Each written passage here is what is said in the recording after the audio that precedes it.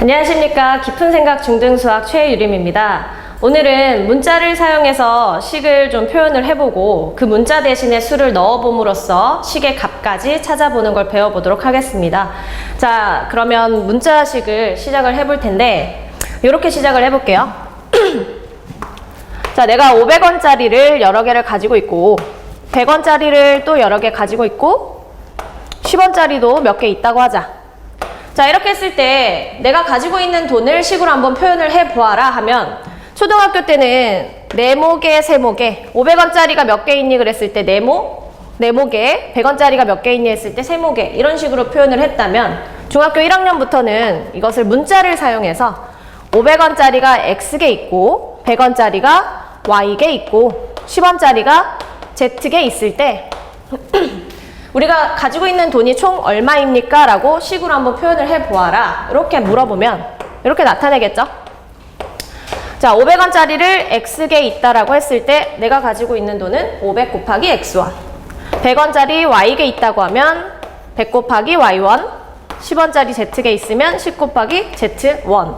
그래서 내가 가지고 있는 총 돈은 이만큼이야 라고 식으로 표현할 수 있겠지.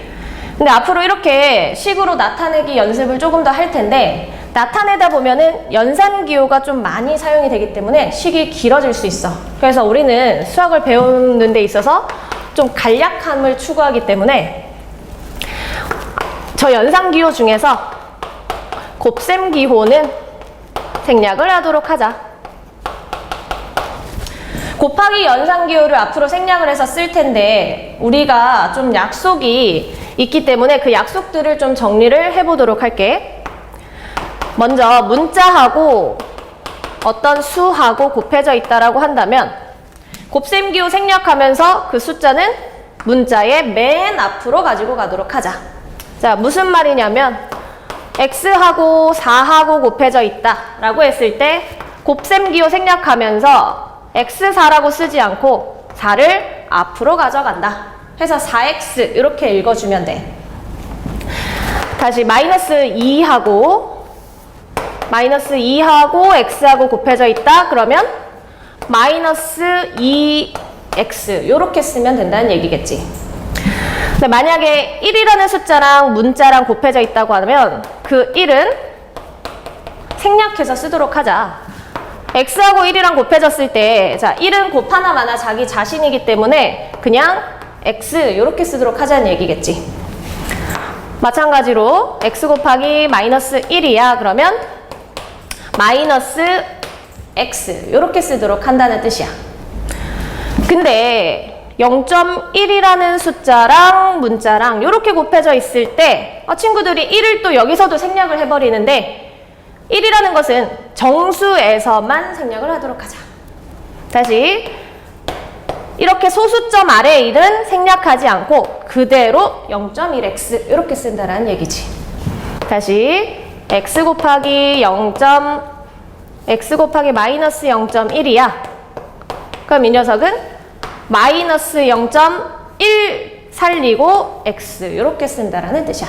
자, 이 부분을 좀 주의해서 소수점 아래의 1은 생략하지 않는다 라고 기억하면 되겠고 만약에 10분의 1이랑 x랑 곱해져 있어. 자, 그러면 얘는 어떻게 쓸 수 있다는 뜻이야? 10분의 1 x 이렇게 쓸 수 있고 1이랑 x랑 곱하기 연산을 할 수 있으니까 그 녀석도 생략해서 10분의 x라고 써도 무방하겠다. 요렇게 표현해도 되고 요렇게 표현해도 되고 둘은 서로 같은 거야 라는 사실까지 알아두도록 하자. 자, 그 다음에 또 몇 가지 약속이 더 있는데 문자가 여러 개가 곱해져 있다고 한다면 그 문자는 곱하기를 생략하면서 알파벳 순서대로 나타내도록 하시고요. 그 다음에 똑같은 문자가 있다고 하면 거듭 제곱을 사용해서 조금 더 간단하게 한번 나타내 보도록 하자. 자, 예를 들면 자, x 곱하기 a 곱하기 x, y 마이너스 3까지 한번 곱해볼게.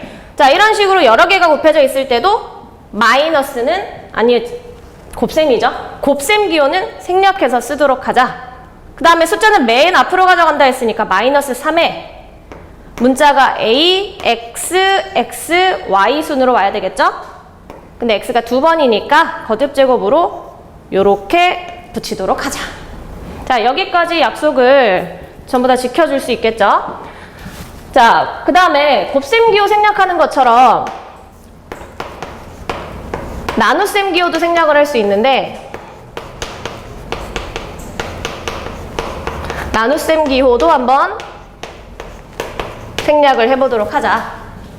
자, 예를 들어서 A 나누기 B라고 되어 있으면 얘는 좀 기니까 간추려서 그냥 B분의 A 이렇게 쓸 수 있죠. 나누어지는 수가 분자 밑에 있는 요 나누는 수를 밑으로 가져가서 A 나누기 B를 B분의 A로 쓸 수 있겠다.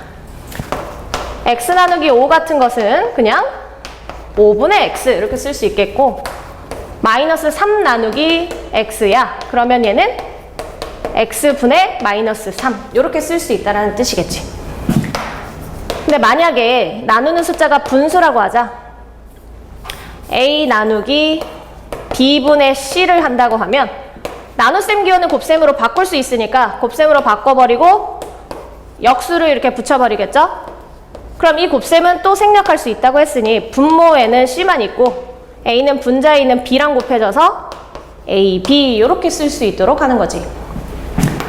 뭐 간단하게 식이랑 나누어줘도 마찬가지야. 어떤 식을 마이너스 2랑 나누었다고 치면 자, 이 녀석은 마이너스 2가 밑으로 내려가시고 위쪽에 있는 x 플러스 2y가 이렇게 올라가면 되죠. 자, 물론 괄호는 써도 되고 안 써도 되는데 요 한몸이라는 녀석이 한꺼번에 위로 올라갔으니까 괄호는 생략해서 쓸 수 있다는 뜻이야.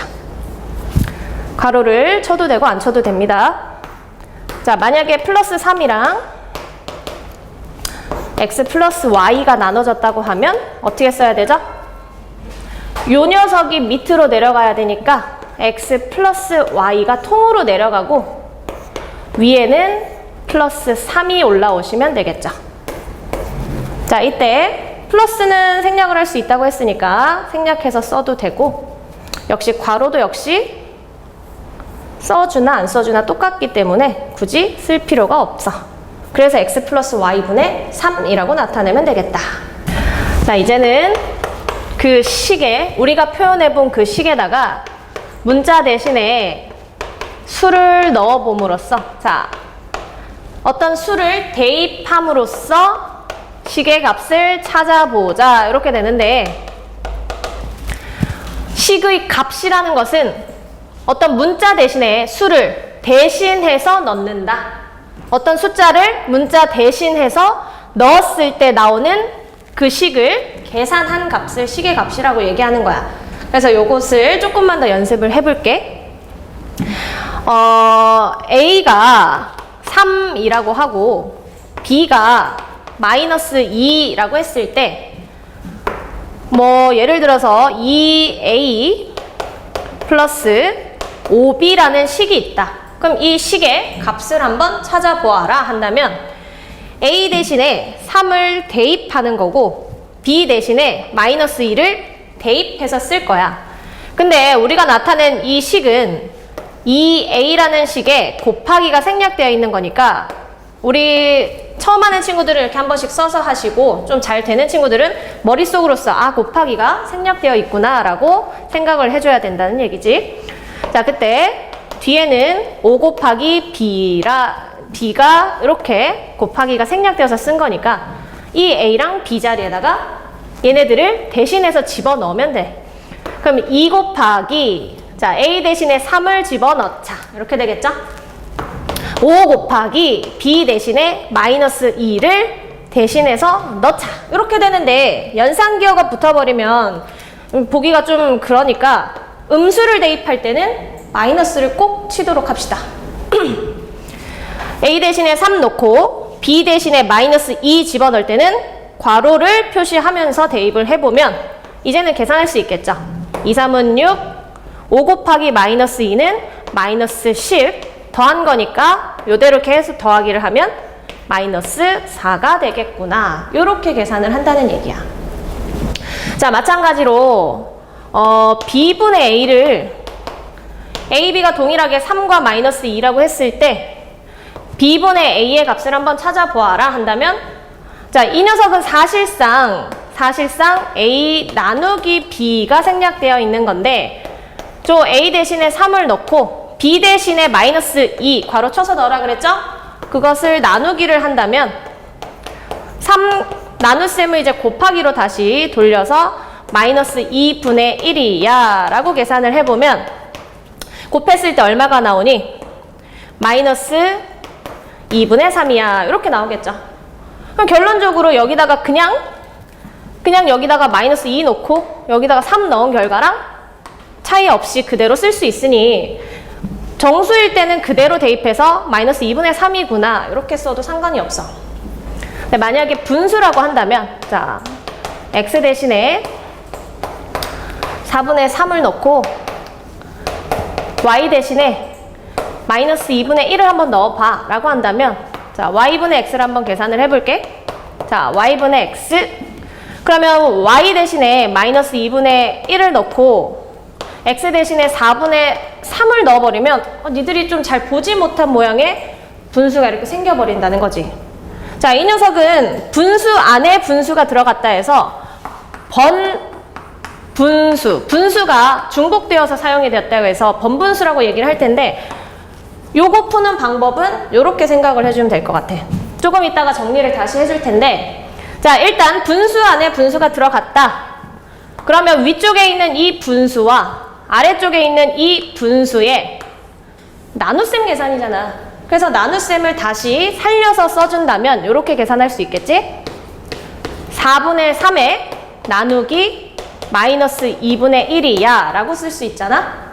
그때 나눗셈은 뭘로 돌린다 그랬어? 나눗셈은 그냥 다 곱셈으로 돌려버려. 자, 그러면 뒤쪽에 있는 얘는 마이너스 2가 곱해진 것처럼 되니까 계산을 해보면 마이너스 2분의 3이구나 라고 계산 결과를 쓸 수 있다는 얘기겠지.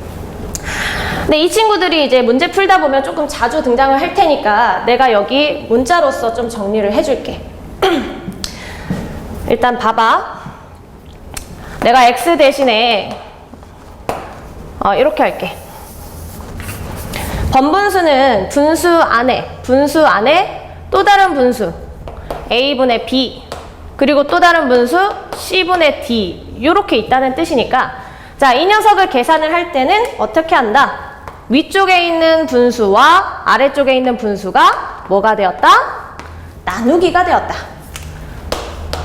나누기가 c분의 d 나누기 a분의 b가 되었다 라고 한다면 c분의 d에다가 나눗셈은 곱셈으로 돌려버리고 b분의 a를 쓰면 된다는 얘기지. 자, 이때 곱셈 계산을 하면 분모는 분모끼리, 분자는 분자끼리 계산을 해서 이런 결과가 나온다는 뜻.